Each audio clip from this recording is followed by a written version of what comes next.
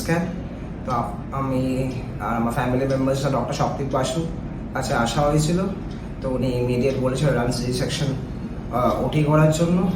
উনি বিফোর ওটি প্রচুর গাইড করেছে, রেগুলার ফোনে কথা বলেছে, রেগুলার হোয়াটসঅ্যাপে কথা বলেছে।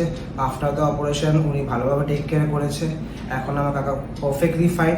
ইভেন আফটার দ্য অপারেশন উনি যথেষ্টভাবে কেয়ার করেছে আর নিজের বাড়ির লোকের মতো আমাদের সঙ্গে বিহেভিয়ার করেছে। We are thankful to doctor Shaktik Basu for this. Thank you.